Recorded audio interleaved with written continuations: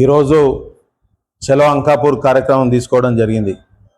మొన్న 17వ తారీఖు నాడు నిజామాబాద్లో జరిగిన రన్నబేరి కార్యక్రమంలో రాకేష్ రెడ్డి పార్టీ పెద్దలు పిసిసి అధ్యక్షులు మహేష్ అన్న మీద, ముఖ్యమంత్రి రేవంత్ రెడ్డి గారి మీద, కాంగ్రెస్ పార్టీ మీద అనుచిత వ్యాఖ్యలు చేయడం జరిగింది. దాంతోపాటు ప్రజల్ని రెచ్చగొట్టే విధంగా మాట్లాడడం జరిగింది. ఏదైతే ఎలక్షన్ సమయంలో ఇచ్చిన హామీ స్కూటీలు ఇవ్వలేదు కనుక కాంగ్రెస్ పార్టీ లీడర్ల షోరూమ్ల మీద పడి స్కూటీలని లూటీ చేయండి, ఆపితే నా పేరు చెప్పండి అని చెప్పడం కాకుండా ఫీజు రియంబర్స్మెంట్లో చేయని వారు నాయకుల ఇండ్ల మీద పడి దోచుకోండి అనే టైప్లో మాట్లాడిన సందర్భం అందరు కూడా చూసారు. గతంలో కూడా పిసిసి అధ్యక్షుడి మీద దమ్ముంటే రాజీనామా చేసి రా, ఆర్మూర్లో పోటీకి సిద్ధమని చెప్పి మాట్లాడడం, కాంగ్రెస్ పార్టీ గురించి ముఖ్యమంత్రి గారి మీద, నాయకుల మీద ఇష్టం వచ్చినట్టు మాట్లాడడం జరిగింది. రాకేష్ రెడ్డికి ఒకటే చెప్పిస్తున్నా, అభివృద్ధిలో పోటీపడు. ఆర్మూర్ ప్రజలు నిన్ను గెలిపించింది అభివృద్ధి చేస్తాడేమో. గతంలో 10 సంవత్సరాలు జీవన్ రెడ్డి ఇష్టానుసారంగా వ్యవహరించి ఇబ్బంది పెట్టిన కారణంగా నువ్వేమన్నా మంచి కార్యక్రమాలు చేస్తావేమో అనుకున్నారు. కానీ పూర్తిగా సినిమా డైలాగులకే పరిమితమైంది రాకేష్ రెడ్డి. ఎలక్షన్ సమయంలో ఊరికి 10 ఇండ్లు కట్టిస్తా అని చెప్పిండు. ఒక్క ఊర్లో కూడా ఒక ఇటుక ఇయ్యలే, ఒక దర్వాజా కట్టియలే. మళ్ళీ మాట్లాడుతుండు మేమే 3000 ఇండ్లు కట్టించినామని. సిగ్గుందా నీకు రాకేష్ రెడ్డి? అసలు నీది నోరా మోర్యా? అసలు ఏం చేయాలనుకుంటున్నావు ఆర్మూర్ నియోజకవర్గాన్ని? ప్రజలు నువ్వేమన్నా అభివృద్ధి చేస్తావేమో, రూపాయికి వైద్యం అని చెప్పి ఎలక్షన్ సమయంలో హామీ ఇచ్చినావు. ఆ వైద్యం ద్వారా ఈ ప్రాంతంలో ఏమన్నా లాభం అవుతుందేమో అనే ఆలోచనతోని నేను గెలిపించారు. బాగ్లింగంపల్లిలో ఉన్న రూపాయికి వైద్యంని బంద్ చేసినావు. మళ్ళీ 5000 ఉద్యోగాలు నిరుద్యోగులకు ఇస్తానని చెప్పి హామీ ఇచ్చినావు. అవన్నీ పక్కకు పెట్టి మా మీద పడి ఏడుస్తున్నావు. ఆల్రెడీ 8 కోట్ల అప్పు ఉంది. కేసీఆర్ 10 సంవత్సరాల క్రితం కూర్చున్నప్పుడు నెలకి 600 కోట్లు కడితే ఇవాళ అదే 6000 కోట్లు సుమారు అసలుకి వడ్డీకి కడుతూ మేమేమైతే సంక్షేమ కార్యక్రమాలు చెప్పినామో, సన్న బియ్యమే కానీ, 200 యూనిట్ల కరెంటు కానీ, 5 లక్షల రూపాయలు గతంలో ఆరోగ్యశ్రీ ఉండే దాన్ని 10 లక్షలు చేపించినాం. ఉచిత బస్సు ఇస్తున్నాం, 500కే సిలిండర్ ఇస్తున్నాం, కరెంటు 200 యూనిట్ల వరకు ఉచితంగా ఇస్తున్నాం.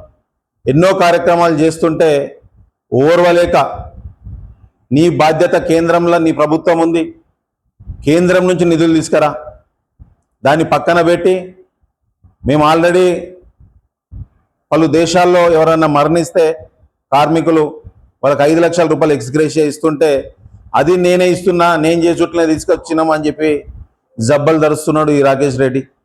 అసలు నీకు ఏం సంబంధము? దానికి ఒక కమిటీ వేసి, కమిటీ అన్నీ కూడా ఆలోచనలు చేసి 5 లక్షల రూపాయలు ఎక్స్గ్రేషియా ఇస్తుంటే నేను అసెంబ్లీలో మాట్లాడితేనే జరిగిందని మాట్లాడతాడు. ఇంటిగ్రేటెడ్ స్కూల్ ప్రతి నియోజకవర్గానికి ముఖ్యమంత్రి గారు ఇచ్చారు. దాన్ని కూడా నేను చేసేట్ల ఇంటిగ్రేటెడ్ స్కూల్ ఆర్మూర్కి వచ్చింది అంటాడు. అది ఆర్మూర్ నియోజకవర్గ ప్రజలందరూ కూడా డిగ్రీ కాలేజ్, జూనియర్ కాలేజ్ పక్కన మంచి సువిశాలమైన ప్రదేశం ఉండే, అక్కడ పెట్టింటే ఒక ఎడ్యుకేషన్ హబ్ అవుతుండే. ప్రజలందరూ కూడా ముక్త కంఠంతో అక్కడ పెట్టాలని ఆలోచన చేశారు. కానీ దరిద్రుడు రాకేష్ రెడ్డి దాన్ని తీసుకపోయి అంకాపూర్ గుట్టలలో పెట్టిండు. దాని పక్కన వాని పొలాలు ఉన్నాయి, అసైన్డ్ భూమి గతంలో కొన్నాడు. దాని ధర పెరగడానికి అక్కడ పోయి తీసుకొచ్చి పెట్టడం జరిగింది. గతంలో 5 కోట్ల రూపాయలు రాష్ట్ర ప్రభుత్వం నుంచి నిధులు వస్తే దాంట్లో 3.5 కోట్లు ఆయన ఇంటి పక్క నుండి మునిపల్లికి పెట్టిండు. దాంట్లో మన పొలిమేర ఓన్లీ కిలోమీటరే. అంటే వాని తెలివి ఎంత తెలివో చూడండి రాకేష్ రెడ్డిది. ఓన్లీ మాటలకే, చేతలు ఎక్కడ కూడా లేవు. ఏ మంత్రి దగ్గరకు పోడు, ఎప్పుడో ఒకసారి 6 నెలలకు ఒకసారి మంత్రుల దగ్గరికి పోయి సెక్రటేరియట్లు అటు ఇటు తిరిగేసిపోతాడు తప్ప ఎక్కడ కూడా ఆయన ఒక నిధులు తీసుకురావాలనే ఒక ఆలోచన కానీ ఒక సంకల్పం కానీ ఎక్కడ కూడా లేదు. ఒకసారి కోమటిరెడ్డి వెంకటరెడ్డి గారు వచ్చారు జిల్లాకి, సుమారు 43-44 కోట్ల నిధులు పెట్టాలని చెప్పి రిక్వెస్ట్ చేసినాం, దానికి అంగీకరించిండే. దాన్ని రాకేష్ రెడ్డి మళ్ళా నువ్వు నీ దగ్గరకు వచ్చి పోటీ చేస్తా అంటాడు, ఆ మంత్రి గారిని ఇష్టం వచ్చినట్టు మాట్లాడిండు. ఇవన్నీ మన ఆర్మూర్ నియోజకవర్గం వెనుకకు పోవడానికి కారణం అని చెప్పి నేను అంటున్నా. రాకేష్ రెడ్డి ఏదున్నా మళ్ళీ చెప్తున్నా, ఇంకొకసారి మా పార్టీ మీద కానీ మా నాయకుల మీద కానీ ఇష్టం వచ్చినట్టు మాట్లాడితే బిడ్డ నేను ఆర్మూర్లో తిరగనిచ్చే పరిస్థితి ఉండదని చెప్పి కూడా తెలియజేస్తున్నా. గతంలో నీ పరిస్థితి ఏందో నీకు తెలుసు. అంకాపూర్ ప్రజలు నిన్ను అంకాపూర్ గ్రామం నుంచి, నీ గ్రామం నుంచి తరిమి కొడితే ఊరు బయట వచ్చి పడ్డావు. మళ్ళీ ఈ ప్రాంత ప్రజలు ఎట్లయితే పాండు గారిని ఆర్మూర్ నుంచి తరిమి కొట్టిర్రో అదే పరిస్థితి నీకు వస్తుందని చెప్పి తెలియజేస్తున్నా. ఏదున్నా అభివృద్ధిలో పోటీవాడు, కేంద్రంలో నీ ప్రభుత్వం ఉంది, నీ గుండు అరవింద్ గారు ఉన్నాడు, వానితో కూడా నీకు చక్కగా లేదు. వానితో చక్కగా ఉన్నా కానీ వాడో 2 రూపాయలు తెస్తే తీసుకొస్తుంటివి. మనకి కేంద్రీయ విద్యాలయం మన జిల్లాకు వస్తే ఆయన అడిగి తీసుకురావాల్సిన పరిస్థితి ఉండే, అది తీసుకొచ్చి నీ గుట్ట మీద పెట్టుకుంటే అయిపో. అది కాస్త పక్కన రూరల్ నియోజకవర్గానికి పోయింది. నేను ఈ మధ్య ఆర్ఎం మేడం డిపోకి వెళ్ళిన, నిజామాబాద్ డిపో మేడం దగ్గరికి వెళ్ళిన, మంత్రి గారితో పొన్నం ప్రభాకర్ గారితో ఫోన్ చేయించిన, అన్న కొంత మా ప్రాంతాల్లో ఇంకా కొన్ని బస్సులు కావాలి, కొన్ని గ్రామాల్లో 1-2 గ్రామాల్లో బస్సులు వస్తలేవు, కొంత బస్సులు పెంచండి అని చెప్పి పోతే ఆర్ఎం మేడంకి చెప్పడం జరిగింది. నేను మేడంని అడిగిన, మేడం మరి ఎప్పుడైనా రాకేష్ రెడ్డి వచ్చి బస్సులు కావాలని ఎప్పుడన్నా అడిగిందా అంటే, లేదు సార్ ఆయన మొత్తం డిపోనే ఊలగొట్టి కొత్తది కట్టాలంటుండు, బస్ స్టాండ్నే కొత్తది కట్టాలంటుండు అని చెప్పి చెప్పడం జరిగింది. అంటే వాని ఆలోచన ఎక్కడ కూడా ప్రజలకి సేవ చేయాలనే ఆలోచన ఉండదు. ప్రతిసారి బట్ట కాల్చి ఎదుటోని మీద వెయ్యాలా, మిగతా వాళ్ళని తిట్టాలనే ఆలోచన తప్ప ఏమీ లేదు. నిన్నటి రోజు నాకు ఉన్న ఇన్ఫర్మేషన్ ప్రకారం ఇక్కడున్న బీజేపీ కార్యకర్తలు కానీ ఎవరు కూడా పోయే పరిస్థితి లేకుండే. నిజామాబాద్ నుంచి జిల్లా అధ్యక్షుడు వాళ్ళని బతిలాడుకొని ఒక 50-60 మందిని అంకాపూర్తి పిలిపించుకున్నాడు. ఆ పరిస్థితి ఉంది బిడ్డ అనేది. నేను ఖాళీ సోషల్ మీడియాలో పెట్టిన పోస్టులకే మొత్తం ఆర్మూర్ అంతా తరలింది. ఇంకొకసారి ఇట్లాంటి పిచ్చి కూతలు కూస్తే ఒక వీడియో పెడితే నీ ఇల్లు కాదు నిన్ను మొత్తం గతంలో 2008లో ఎట్లయితే జరిగిందో అదే పరిస్థితి పునరావృతం అవుతామని చెప్పి తెలియజేస్తున్నా. ఇంకొక విషయం, నువ్వు నీ గ్రామంలోనే బలపరిచిన అభ్యర్థిని గెలిపించుకోలే.